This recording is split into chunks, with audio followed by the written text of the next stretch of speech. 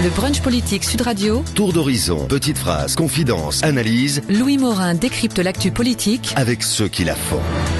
Bonjour, bienvenue dans le brunch politique de Sud Radio. Notre invitée aujourd'hui, Chantal Joanneau, sénatrice, ancienne ministre, candidate de l'UDI pour la région Île-de-France. Au menu du brunch politique, la menace terroriste et le projet de loi sur le renseignement. Un mot d'économie avec le projet de loi Rebsamen, l'environnement avec la conférence climat à la fin de l'année. Et puis nous évoquerons les régionales, la situation à l'UDI et les relations avec le MoDem et l'UMP.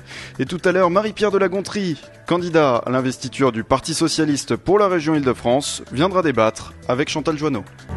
Le brunch politique Sud Radio. Louis Morin. Bonjour Chantal Joanneau. Bonjour. Merci d'être notre invitée aujourd'hui en direct sur Sud Radio. Tout d'abord, 2000 morts et plus de 5000 blessés. C'est le triste bilan provisoire du tremblement de terre au Népal, dont une nouvelle secousse a eu lieu tout à l'heure. Une réaction, Chantal Joanneau ? C'est malheureusement un premier bilan, puisque le précédent tremblement de terre en 1934 avait fait plus de 8000 morts. Il y a une mobilisation des pays occidentaux face à ce drame, notamment les États-Unis, la Norvège, qui ont déjà annoncé des moyens humanitaires. On attend que la France fasse aussi un geste, même si le président s'est engagé à répondre aux demandes. Je pense qu'il est important assez rapidement de pouvoir déployer des moyens, parce que ce sont déjà des zones extrêmement pauvres, et il ne faut pas rajouter du malheur à la pauvreté. Quel type de moyens ? Des moyens humanitaires ? Des moyens humanitaires à ce stade, et on est effectivement tout à fait expert en gestion de crise et en gestion de ce type d'événements. On a des équipes particulièrement reconnues à travers le monde, donc effectivement on sait faire. Chantal Joanneau, la conférence climat à la fin de l'année, vous en attendez quoi ? Vaste Malheureusement, question. Alors à ce stade, on attend, vous savez, les engagements des différents pays pour savoir ce qu'ils vont faire en termes de réduction ou de limitation de leurs émissions de gaz à effet de serre. Les premières contributions qui ont été mises sur la table sont pas très bonnes. À savoir que, par exemple, l'Europe dit qu'elle va faire moins 40%, mais elle ne dit pas comment. À l'inverse, le Mexique a donné une très très bonne contribution. On sait que la Chine et les États-Unis ne seront pas dans la trajectoire souhaitée. Donc, on en attend un vrai signal d'alarme. C'est-à-dire que les conclusions des experts scientifiques du GIEC sont maintenant concordantes. On est sur une pente qui serait à plus 5 degrés si on ne fait rien. 5 degrés, c'est à peu près la différence de température moyenne par rapport à l'ère glaciaire. L'ère glaciaire, c'était moins 5 degrés en température moyenne par rapport à aujourd'hui. Donc, on ne peut même pas imaginer les conséquences pour nos propres enfants et petits-enfants d'une telle évolution. Donc aujourd'hui, il ne s'agit plus de tergiverser pour savoir si ça met en péril la souveraineté des États. Il s'agit de vraiment faire un pas supplémentaire, et pas simplement les États, les acteurs économiques, parce qu'on a des entreprises transnationales aujourd'hui qui ont un rôle majeur face au changement climatique. Les acteurs financiers, les fonds de financement aujourd'hui peuvent agir sur les États pour les inciter à bouger, et tous les acteurs associatifs. Chantal Joanneau, ces conférences sur le climat se multiplient. Chaque année, il y a des objectifs qui sont définis, et pourtant, dans les faits, rien n'est fait. Oui, parce que pour une raison simple, c'est qu'on a conçu ces conférences sur le climat uniquement autour des États et des gouvernements. Or là, on est sur un problème qui concerne des biens publics mondiaux, qui dépassent largement les frontières. Donc il faut qu'on s'appuie sur d'autres acteurs qui, eux, n'ont pas de frontières. Et c'est pour ça que je cite vraiment à dessein les grandes entreprises transnationales, les fonds de financement, les assureurs, tous ces acteurs qui, aujourd'hui, en réalité, si on veut être un petit peu honnête, pilotent une grande partie du monde. Ça veut dire que les États, on ne peut pas leur faire confiance pour prendre ces décisions par eux-mêmes et réglementer ? Les États sont aujourd'hui les otages de leurs égoïsmes nationaux. Regardez ce qui se passe en France. Dès qu'on demande de faire un tout petit effort, de mettre en place une écotaxe poids lourd, parce que, évidemment, on voit que c'est l'un des problèmes centraux en France, notamment pour la qualité de l'air. Qu'est-ce qui se passe ? Levée de bouclier. Donc, tous les États sont confrontés à ces mêmes difficultés, et nous sommes les premiers à avoir, en tout cas, ce gouvernement était l'un des premiers à avoir cédé face à ce type d'égoïsmes nationaux. Donc, la réalité, c'est ça. Les consciences planétaires que vous représentez, vous, avec moi, par exemple, aujourd'hui, on n'a pas voix au chapitre dans ces négociations internationales. À vous entendre, elle est déjà ratée, cette conférence climat. Elle n'est pas déjà ratée, mais en tout cas, les premières contributions sont difficiles. Après, on n'est qu'au début de l'année. L'ensemble des contributions, vous le savez, vont arriver jusqu'au mois d'octobre. Donc non, ça reste quand même un message d'espoir, mais il faut vraiment se bouger. Et puis, quel dommage d'avoir mis cette conférence en plein pendant les élections régionales. Pardon, mais ça, c'est vraiment un petit message de désespoir, parce que la conclusion de la convention internationale de la COP21 aura lieu très exactement le jour du deuxième tour des élections régionales. Enfin, franchement, on aurait pu essayer de séparer les deux événements, quoi. Vous pensez que ça a été fait intentionnellement ? Peu importe, je me moque de savoir si ça a été fait intentionnellement ou pas. Toujours est-il que c'est un mauvais message, et pour nous, acteurs politiques en plus, c'est un mauvais message envoyé que de mélanger ces deux événements. On aurait pu, en plus, ce calendrier, il nous pend au nez depuis des mois. On aurait pu les faire en mars cette année.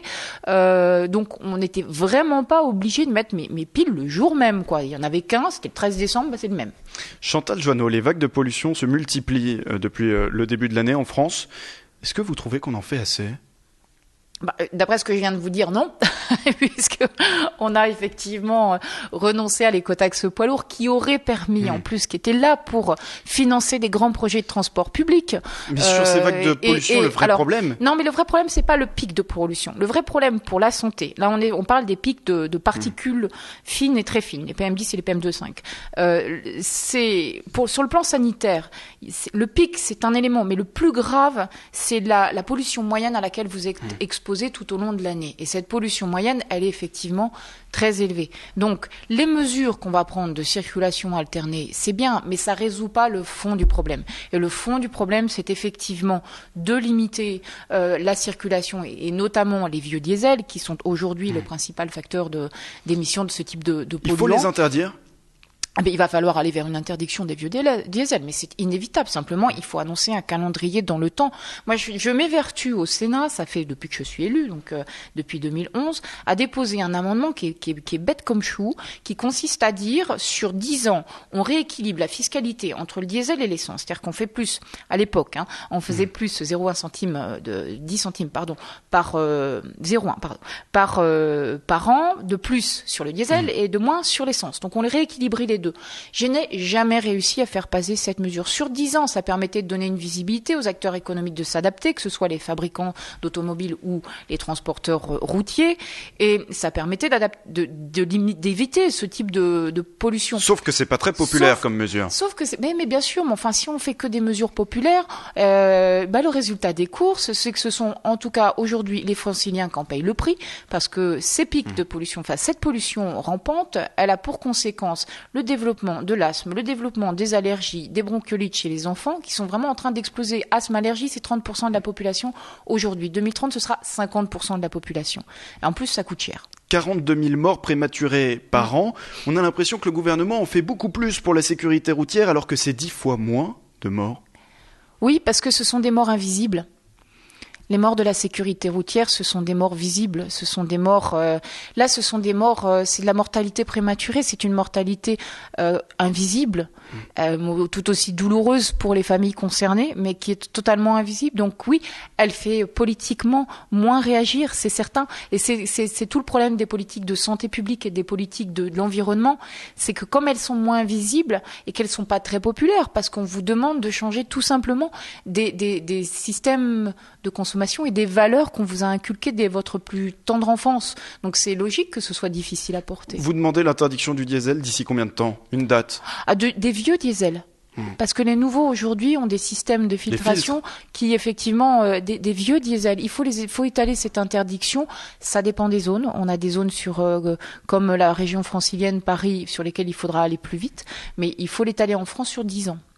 Pour les vieux diesels. J'insiste lourdement sur ce point. Sur 10 ans. Donc 2025. Chantal Joanneau, faut-il mettre un péage urbain dans les grandes villes les plus polluées ? En tout cas, il faut en débattre. Ce qui est très frappant, alors je ne sais pas si vos auditeurs savent comment ça se passe, mais en réalité, si une région où une ville ou une métropole veut mettre en place un péage urbain, elle ne le peut pas. Elle n'a pas le droit. C'est-à-dire qu'il faut passer par une loi. C'est le législateur, vous imaginez, nos 577 députés, 349 sénateurs, qui vont débattre pendant des mois pour savoir si la ville de Paris ou la ville de Lyon ou la métropole a le droit de mettre en place un péage urbain. Mais c'est surréaliste.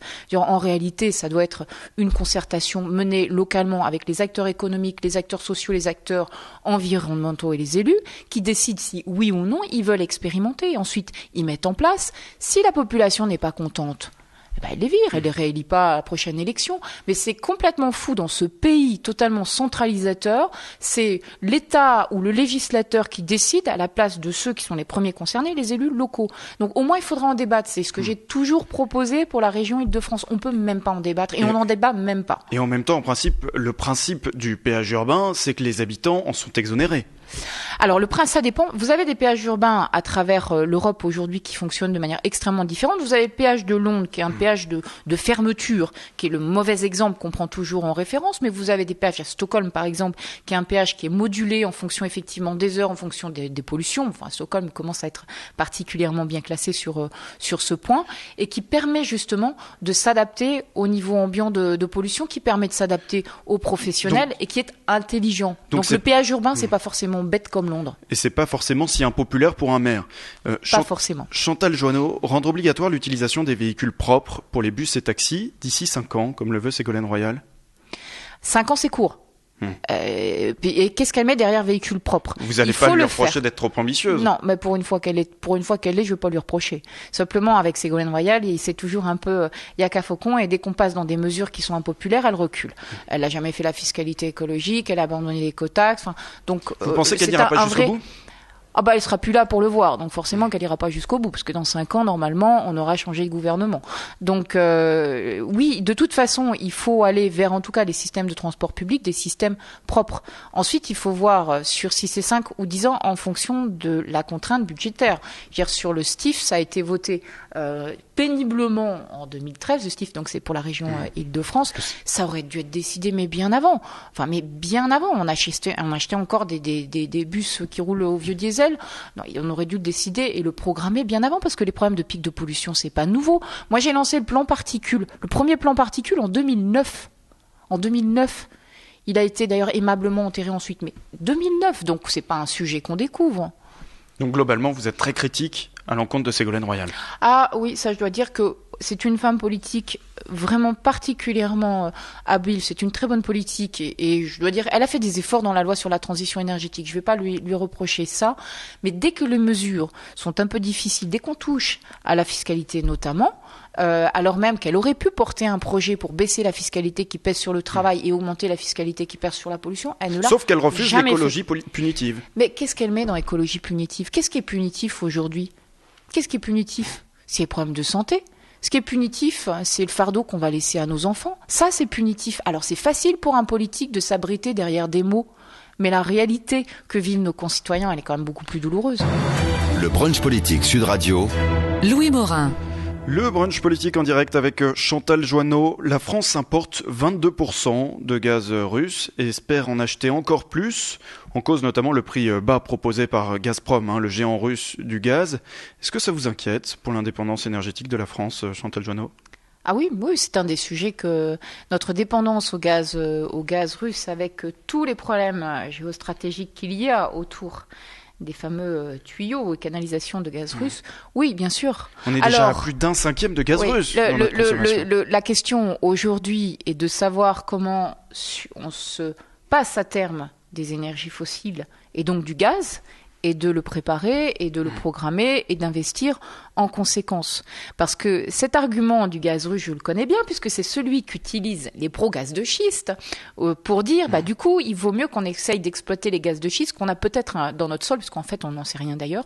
Donc, c'est un argument qui est bien connu. Mais la réponse, pour moi, est plutôt de savoir comment on développe un système énergétique qui, effectivement, à terme, se passe des gaz et des énergies fossiles en général, Vous pensez qu'il est possible de se passer de tous les gaz à terme? Stockholm s'engage dans une politique zéro carbone. Donc à terme, oui, moi je fais tout à fait confiance à la science pour pouvoir développer effectivement de nouveaux systèmes énergétiques. Ça veut dire pas simplement de nouvelles énergies, mais de nouveaux systèmes de moteur ou de production d'énergie pour aller vers des énergies sans gaz à effet de serre. Chantal Joanneau, on va passer à un tout autre sujet, le renseignement et le terrorisme. Dimanche dernier, attentat déjoué, mais déjoué par hasard. Est-ce que vous le regrettez ? Non, je regrette pas qu'un attentat ait été déjoué. Non, mais déjoué par hasard. Même si c'est par hasard. Toujours est-il qu'il y en a beaucoup qui ont été de toute façon déjoués. C'est assez révélateur de notre système de renseignement et de son efficacité. On a plutôt un bon système de renseignement, plutôt, et qui est reconnu comme tel. Donc, on a quand même déjoué beaucoup d'attentats. Ce qui est regrettable, c'est effectivement l'ampleur de la menace qui pèse sur notre pays, sur beaucoup de pays occidentaux. Il ne se serait pas blessé ce jour-là, ça aurait été bien pire. Peut-être que. Voilà, effectivement. Mais on ne va pas réécrire l'histoire et on ne peut pas regretter qu'un attentat, effectivement, ait été quand même évité.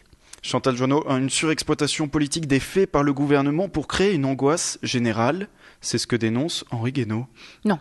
Ça, je n'irai jamais dans cette voie pour dire qu'il y a une surexploitation politique, parce que franchement, l'argument pourrait être retourné contre tous les gouvernements qui se sont succédés. La réalité, c'est qu'il y a une menace. La réalité, c'est qu'il faut se mobiliser. Effectivement, il faut renforcer nos systèmes de renseignement contre cette menace et en traiter la racine. Donc, jamais je n'irai dans cette voie face au terrorisme. C'est l'unité nationale qui prévaut. Donc, vous êtes pour le projet de loi sur le renseignement ? Sur le projet de loi pour le renseignement, parce que alors je sais la critique sur un projet de loi liberticide. Ce qui est liberticide, c'est le terrorisme. D'abord, ça c'est le plus liberticide. Ensuite, il y a un sujet qu'il faut traiter, c'est de pas que cette loi permette effectivement demain une atteinte à la liberté politique. Vous le craignez ? Je le crains toujours. On ne sait jamais dans quelles mauvaises mains des instruments peuvent tomber. On s'en donne les moyens techniques en tout cas. Donc il y a un sujet qu'il faut traiter, c'est qu'effectivement une commission indépendante puisse avoir tout moyen de contrôle pour vérifier que les écoutes qui sont mises en place ou les systèmes de boîte noire pour vérifier les connexions des internautes ne soient en aucun cas et jamais utilisés à des fins politiques. Garder pendant 5 ans les données, c'est bien nécessaire ? Je pense que c'est bien nécessaire. Mais vous savez, à chaque fois qu'il y a des lois, surtout sur ces sujets-là, si la loi donne plus de pouvoir à la police, la justice râle. Si la loi donne plus de pouvoir à la justice, la police râle. On est dans un débat assez classique. Le plus important pour nous, c'est de savoir où sont nos valeurs. Nos valeurs, c'est la liberté. Liberté de la presse et liberté politique.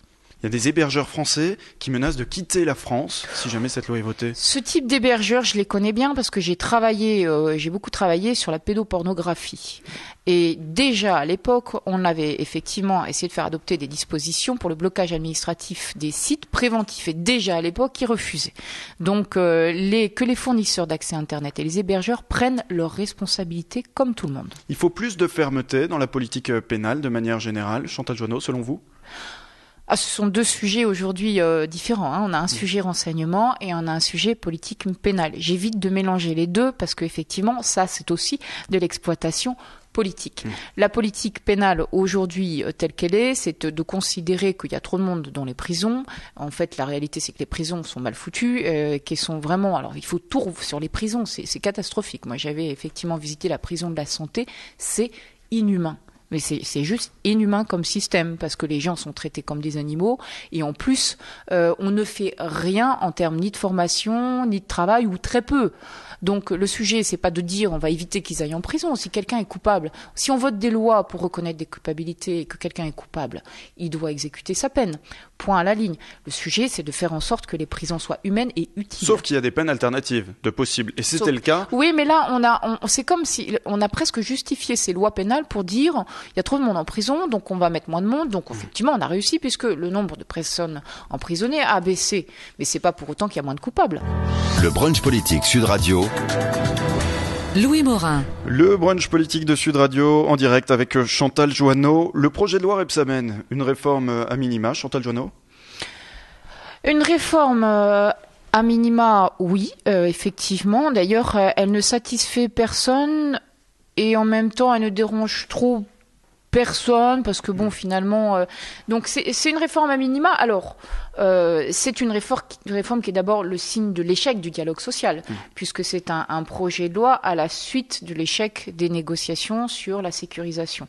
Malheureusement, cette loi, elle a des bons aspects, puisqu'elle essaye quand même de simplifier les choses pour les chefs d'entreprise. Mais on a toujours les travers. Les seuils sociaux sont quelque peu modifiés. Mais à la marge. Ils sont quelque peu modifiés. Pour les entreprises de moins de 300 salariés, le chef d'entreprise pourra essayer de simplifier son système de représentation en mettant en place des délégations uniques de personnel. Mais encore, par contre, il pourra pas aller jusqu'au bout. C'est-à-dire que même s'il avait une négociation interne extrêmement efficace, il pourra pas dire, voilà, mon nombre de représentants de salariés, ce sera tant. Non, parce que ça va être fixé par décret. Donc, on a dans cette loi, d'ailleurs, tous les stigmates des difficultés de notre dialogue social. Un, c'est à la suite d'un échec de dialogue social. Deux, c'est le gouvernement et le législateur qui va encadrer encore par décret et ça devrait être laissé à la libre appréciation de la négociation. Trois, ça résout pas le problème de fond de notre dialogue social aujourd'hui, qui est la puissance de nos syndicats. Je sais qu'il y a beaucoup Nos syndicats sont trop puissants. Non, ils sont pas assez puissants. Il n'y a pas assez de taux de syndicalisation. On est avant-dernier parmi les pays de l'OCDE en taux de syndicalisation.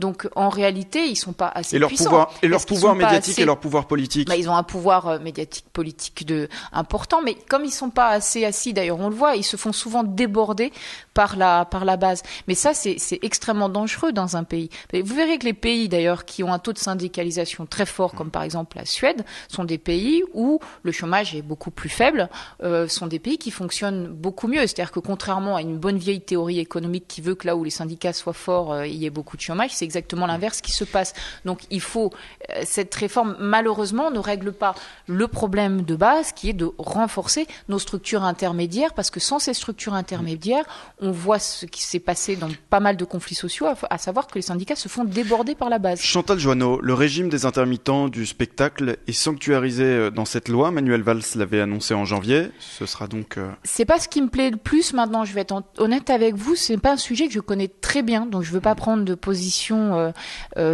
purement politique sur le sujet, parce que quand je connais pas un sujet, j'évite de m'exprimer dessus. Ça représente tout de même 1 milliard pour 109 000 Ça personnes. Ça représente 1 milliard, mais ma collègue Catherine Morin-Desailly me dit que c'est quand même un régime nécessaire, même si des adaptations sont aussi souhaitables. Donc, ne connaissant pas assez bien le sujet, j'évite de dire des bêtises. Une prime pour les jeunes qui travaillent, les jeunes de moins de 25 ans, 100, 200 ou davantage?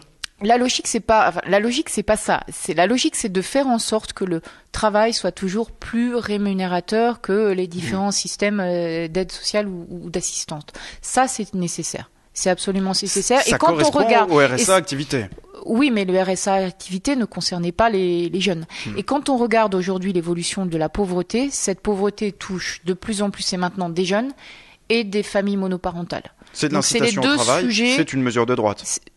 Oui, absolument. Vraiment, il y a rien à dire sur le sujet. C'est une nécessité aujourd'hui de pouvoir effectivement éviter qu'on ait de jeunes travailleurs pauvres. Ça ne résout pas toutes les questions, mais en tout cas, c'est une nécessité. Alors, les associations de jeunes demandent maintenant d'aller plus loin. Elles demandent l'extension du RSA socle au moins de 25 ans. Non, on n'est pas dans un revenu d'assistance, on est vraiment dans une incitation au travail. La grande différence entre le chômage des jeunes et le chômage, par exemple, des seniors, c'est que c'est un chômage de transition. Donc ça a un vrai problème parce que ça entretient dans une forme de précarité. Quand on enchaîne des CDD, on a malheureusement autour de nous plein de personnes avec des super diplômes et qui enchaînent des CDD, des intérims d'État, effectivement, qui leur permet pas de s'installer dans la vie. Mais le RSA socle, ça répond à un chômage ou à des problèmes d'exclusion. On n'est pas sur la même logique. Donc on a le droit d'être exclu après 25 ans, mais pas avant. Non, c'est pas le sujet. Avant 25 ans ou quand vous êtes jeune, vous êtes sur un chômage de transition. Donc normalement, on doit vous trouverez un travail. C'est pas le même problème que pour les seniors. Il n'y a pas d'exclus chez les moins de 25 ans. Il n'y a pas de SDF de moins de 25 ans. Je ne sais pas ce que je vous ai dit. Je vous dis qu'il y a des pauvres, il y a effectivement des difficultés, mais on n'est pas sur les mêmes problématiques que les seniors. Donc c'est pas la même réponse que le RSA socle. Chantal Joanneau, on l'a vu partout cette semaine, mardi dernier. Marine Le Pen était à New York, invitée du Time, comme l'une des 100 personnalités les plus influentes. seule personnalité française. Il y a Christine Lagarde qui est régulièrement citée.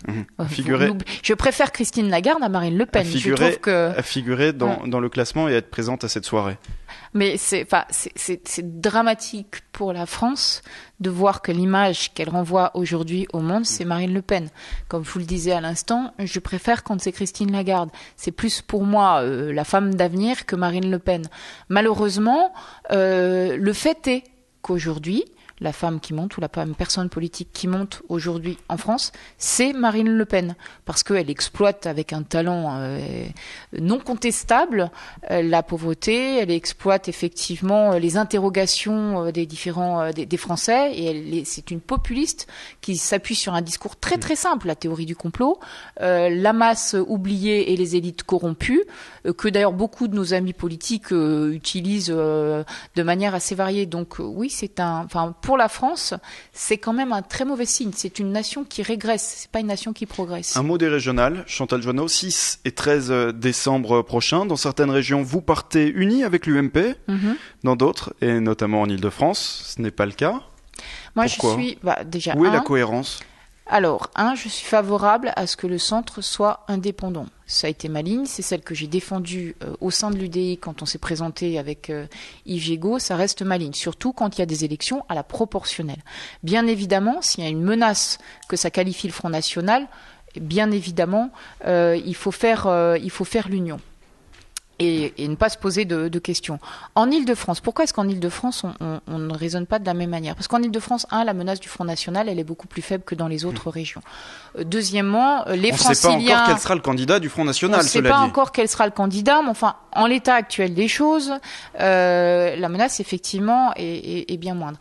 Deuxièmement, en Ile-de-France, on a des problématiques très spécifiques qui nous distingue de l'UMP. La problématique environnementale dont on a longuement parlé ensemble, mais aussi la problématique du vivre ensemble. La problématique de l'Île-de-France, c'est la question des inégalités, la question du logement, la question d'accès à l'emploi. Et là aussi, on se distingue sur ces sujets-là. Donc c'est légitime. Il n'y a aucune possibilité d'alliance entre vous en Île-de-France, alors que c'est possible dans toutes les autres régions ? Et j'ai pas dit qu'il y avait aucune possibilité, d'autant que plus que moi, je m'entends bien avec Valérie Pécresse, à titre personnel. Donc j'ai pas de problème avec elle, sauf que pour les Franciliens, avoir deux listes qui sont complémentaires, qui s'additionnent, qui offrent des réponses, c'est quand même mieux que d'en avoir qu'une.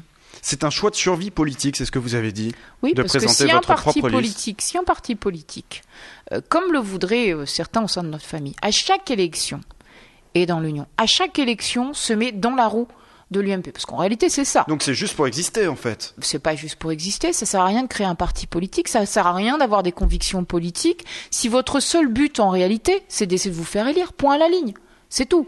Enfin, je veux dire, on va pas se mentir. Souvent, ceux qui portent ça, c'est pourquoi ? Parce qu'ils ont envie de dire, non, on va être sûr de se faire élire si on est dans la roue de l'UMP. Mais si on n'essaye pas de faire progresser nos idées pour ce qu'elles sont, pour ce en quoi on croit, pour ce en quoi on se bat. Moi, ça fait quand même maintenant quelques années que j'ai fait ce choix, même dangereux et douloureux, parce que j'en ai payé le prix. Ça sert à rien de faire de la politique, faut faire autre chose. Chantal Joanneau, il y a un autre parti du centre, le MoDem. Il a désigné ses chefs de file pour les régionales. En Ile-de-France, c'est Marielle de Sarnez, sans surprise. Ça ne vous inquiète pas ? Ça devait être Yann Verling, d'ailleurs, à l'origine. Mais bon.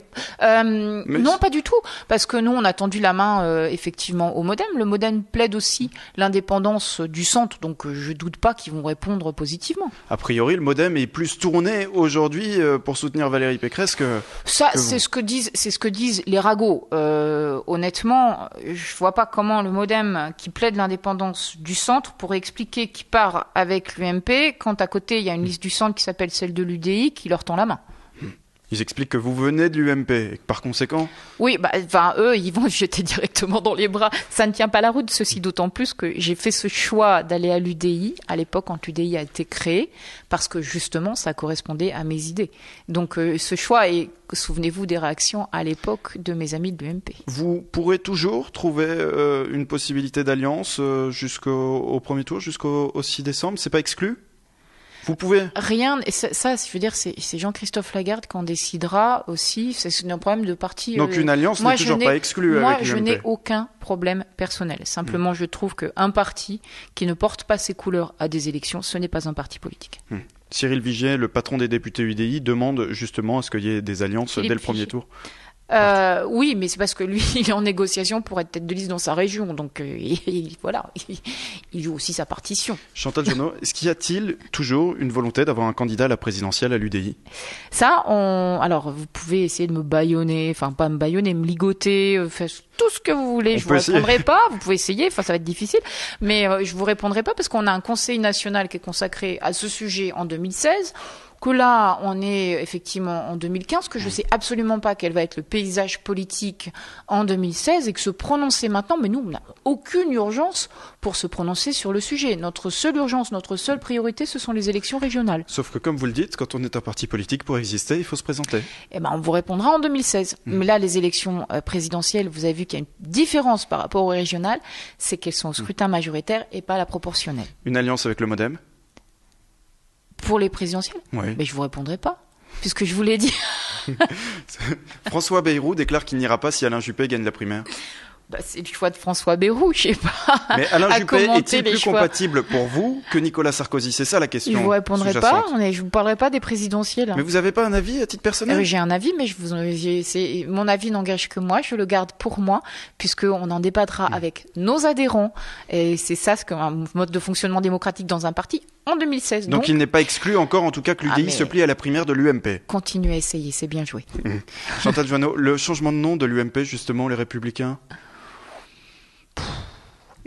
Oui, c'est bon, pourquoi pas, c'est un choix interne à l'UMP. Nous, on est l'Union des démocrates. Bon, voilà, est-ce qu'on va classer la France en deux partis, les Républicains, les démocrates et les autres ? Je sais pas trop ma vision. Je pense qu'on n'a aucun intérêt à aller vers un système bipartisan en France. Un système à l'américaine ? Non, c'est pas du tout démocratique. Et moi, je préfère au contraire un système où on incarne mieux la diversité des opinions politiques françaises, surtout que les Français sont très politiques. On a déjà dit un mot du Front National. Juste, Jean-Marie Le Pen, dans 8 jours, convoqué devant le bureau exécutif du FN. Le Front National doit-il exclure Jean-Marie Le Pen, selon vous ? C'est un problème interne au Front National. Ça fait Jean-Marie Le Pen n'a jamais changé de discours. Sauf que ce sont des propos qui ont déjà été condamnés par la justice. Ça, ce sont des propos qu'il a tenus plusieurs fois. Il n'a jamais changé de discours. Avant, parce que ça les arrangeait tous, il était bienvenu au sein de la famille politique. Maintenant, non. Tout ça, ça ressemble à une énorme mascarade, une super mise en scène de communication pour essayer de encore mieux légitimer la petite fille et la famille Le Pen, enfin en tout cas, vous dénoncez une mise en scène ? Le Pen. Oh, moi, je trouve que c'est tellement énorme. Est-ce que vous croyez honnêtement qu'une sanction va être prise contre lui ? Et qu'est-ce que ça changera ? Non, je trouve que c'est énorme. S'il est exclu, le FN devient un parti républicain en apparence ? Non. Pour nous, ça change strictement rien. Ce n'est pas un parti républicain parce qu'on ne juge pas les gens sur leur origine, mais sur leur mérite. Louis Morin. Le brunch politique Sud Radio.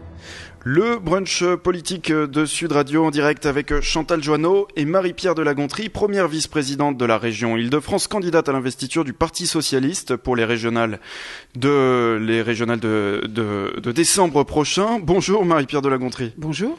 Le mois dernier, une étude réalisée par l'agence Page Personnel révélait que 80% des Franciliens affirmaient être prêts à quitter la région, en cause notamment la qualité de vie. Ça vous fait réagir de voir une étude pareille ? Oui, sachant que on voit aussi que l'Île-de-France reste extrêmement attractive. Je crois que c'est très important, et vous en avez parlé en début d'émission, c'est très important de se préoccuper de la qualité de vie. C'est très important, par exemple, je suis sûr que Chantal Joanneau sera d'accord, de parler pollution, santé, capacité de se déplacer jusqu'à son travail. Et c'est pour ça que moi, j'aurai l'occasion dans cette campagne, mais je ne veux pas anticiper, de faire des propositions sur ce point. Mais c'est tout cela qui a motivé ce qui a été proposé et par le gouvernement actuel, mais aussi par Nicolas Sarkozy, comme ça il n'y a pas de jaloux, sur ce qu'on a appelé le réseau du Grand Paris. Donc voilà, il faut toujours se préoccuper de cela. Mais vous savez, c'est très ambivalent. En même temps, les gens adorent venir vivre à Paris, etc. Donc on rêve d'avoir une vie en province qui n'est pas forcément plus simple, d'avoir un jardin pour les enfants, etc., etc. Et en même temps, on est très attiré par Paris. Donc je suis persuadée qu'il y a une vraie passion pour l'Île-de-France. Il y a également les questions d'environnement sur lesquelles on est déjà revenu tout à l'heure longuement avec Chantal Joanneau. Paris et l'Île-de-France est une région polluée.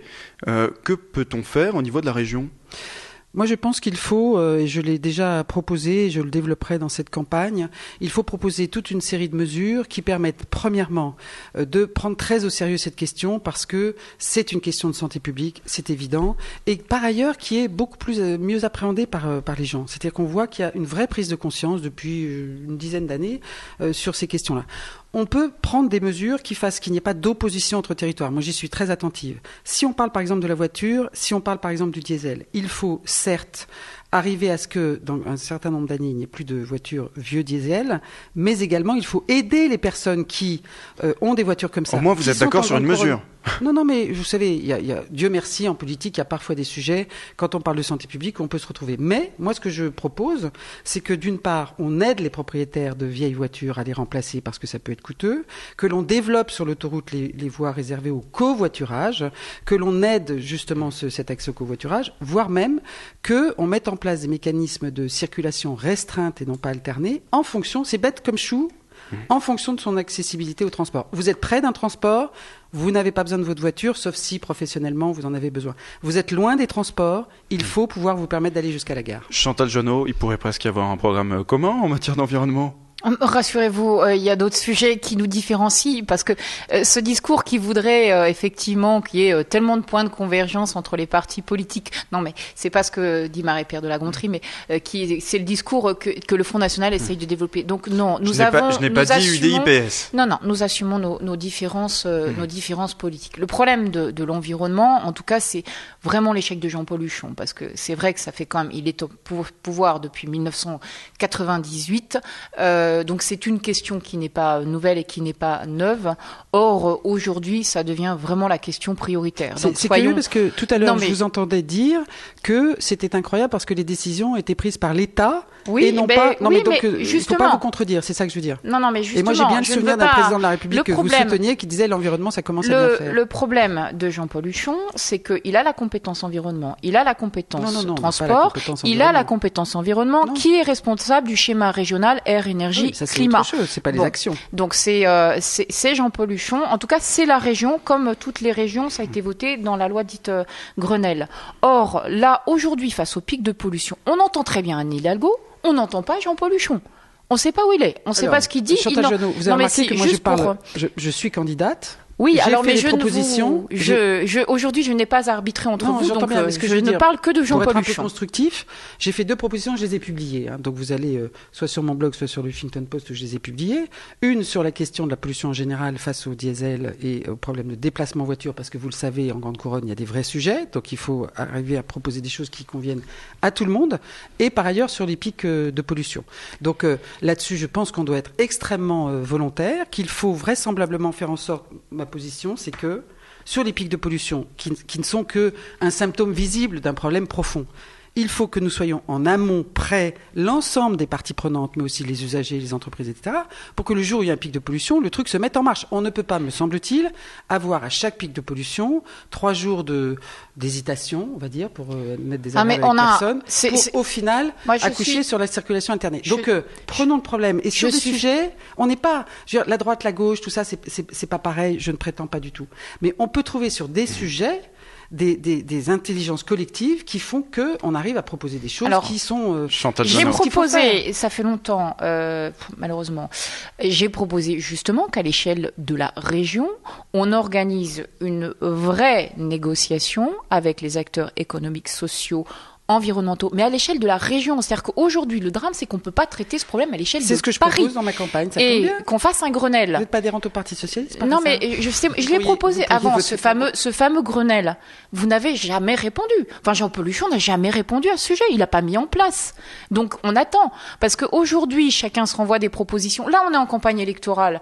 Mais cette proposition du Grenelle, ça fait des mois que je la propose. Il n'y a pas de réponse. Il n'y a aucune réponse sur le Grenelle francilien.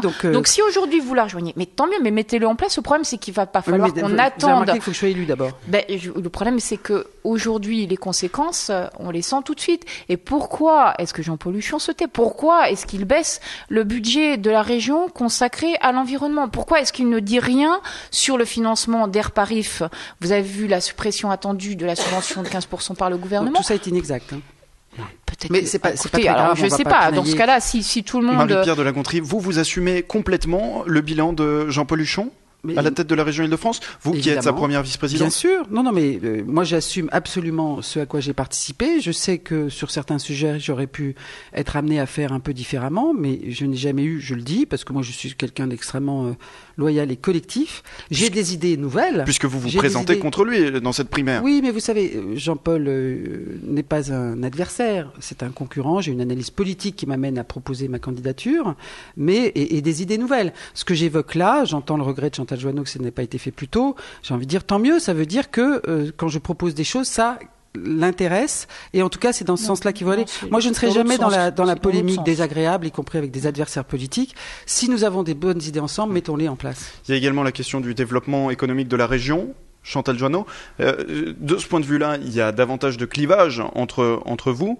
Vous êtes beaucoup plus critique vis-à-vis des initiatives qui ont été développées au cours des dernières années, Chantal Joanneau. Nous, la philosophie de notre parti politique, c'est de dire que tout doit reposer sur effectivement l'entreprise, la liberté d'entreprendre, ce qui effectivement peut nous distinguer. Mais il faut l'assumer. D'ailleurs, c'est très bien, c'est une bonne chose. Aujourd'hui, la région, ça avait d'ailleurs été relevé dans le rapport du Césaire, consacre trop peu sur ces questions-là, puisqu'on doit être à budget action économique, on doit être à 2,5%, budget emploi, on doit être à 1% du budget, donc très inférieur à ce qu'il faudrait faire. Et il ne faut pas se cacher derrière le fait que la région, c'est 30% du PIB national. La réalité, c'est qu'aujourd'hui, le chômage augmente dans notre région, et fortement. Et la réalité, c'est qu'on devrait être une région de plein emploi. On ne devrait pas être une région avec 850 000 chômeurs. Je veux dire, effectivement, il y a sans doute des problèmes nationaux à traiter. Il n'en reste pas moins vrai que notre région a des atouts formidables. Et en même temps, il y a des disparités territoriales très importantes. Il y a des disparités dramatiques dans notre région. On a le département qui effectivement a le taux de pauvreté le plus fort et la population la plus jeune, l'autre à l'inverse qui effectivement serait le plus riche. Donc on a des disparités énormes qui aujourd'hui malheureusement se creusent. D'ailleurs, on ne peut pas dire qu'on ait réduit nos inégalités dans notre région. Marie-Pierre de la Gontrie. Moi, ce que je souhaite proposer, c'est que nous soyons... on a fait beaucoup de choses très positives en direction des PME, des TPE, y compris parce que c'est là que se crée l'emploi. Je pense qu'il faut que nous allions au-delà en proposant des mécanismes qui permettent aux PME de se développer. Moi, je suis allée dans des sessions de formation à HEC, par exemple, avec des jeunes entrepreneurs de ce qu'on appelle les quartiers populaires. Bon. Leur sujet, c'est quoi? C'est comment est-ce qu'on fait pour se développer, comment est-ce qu'on fait pour prendre un peu de puissance, voire s'internationaliser. Et donc, je souhaite développer des mesures qui permettent de cibler vraiment sur ces quartiers, sur ces jeunes pour qu'ils ne soient pas assignés à résidence en termes d'emploi. Mais ce qu'il faut aussi entendre, c'est que la région est un booster formidable, c'est une région puissante, et donc nous devons avoir toujours ces deux niveaux en tête, c'est-à-dire le local, mais aussi la puissance de cette région qui est mondialement identifiée et très attractive.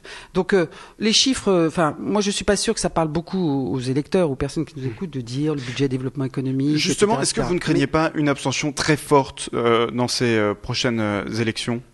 Pas que dans ces prochaines, c'est permanent. Aux dernières régionales, on n'avait pas 50% de participation. Et donc je pense que par rapport à cette abstention, qui est maintenant le drame général des élections en France, c'est aussi en proposant des choses qui soient directement dirigées vers des personnes qui ne se sentent plus, elles se sentent plus dans le coup, quoi. Elles ne se sentent plus vraiment dans le film. Certaines d'ailleurs ensuite votent Front National en se disant que eux au moins ils se préoccupent de nous, ce qui n'est pas exact. Donc, à nous, pendant cette campagne, j'ai envie de dire, tout parti confondu, de faire en sorte de nous adresser de manière efficace, entendue par toutes ces personnes des quartiers populaires. On l'a vu en Seine-Saint-Denis, il y a eu un taux de participation aux dernières départementales qui était extrêmement bas. Attention à ce qu'une partie de notre population n'ait pas l'impression qu'on ne s'adresse pas à eux. C'est pour ça que j'ai aussi fait des propositions en termes de démocratisation, de participation citoyenne. Déplaçons-nous, faisons siéger le conseil régional dans les départements, allons à la rencontre, parce que nous sommes parfois, les collectivités en général, perçues comme trop lointaines. Chantal Joanneau, le mot de la fin. Le mot de la fin, ces élections, effectivement, le problème c'est qu'à chaque élection, les personnes ont le sentiment que ça ne change rien et que ça ne va pas changer parce qu'il y a beaucoup de promesses qui sont faites et beaucoup de promesses qui ne sont pas tenues. Donc le vrai problème, il est là et qu'en même temps, on donne pas complètement de vision d'avenir. Ça, c'est le cas pour tous les partis et pour toutes les élections. Oui, c'est ce qu'on va éviter de faire. C'est ce que je ne veux pas faire. Mais vraiment pas. Parce que moi, je viens pas du monde politique, mais je ne veux vraiment pas tomber là-dedans. Et en tout cas, quelle que soit la personnalité qui sera élue en décembre prochain, c'est ce que les électeurs, en tout cas, n'espèrent pas voir. Chantal Joanneau, Marie-Pierre de la Gontrie, merci. Louis Morin. Le brunch politique Sud Radio.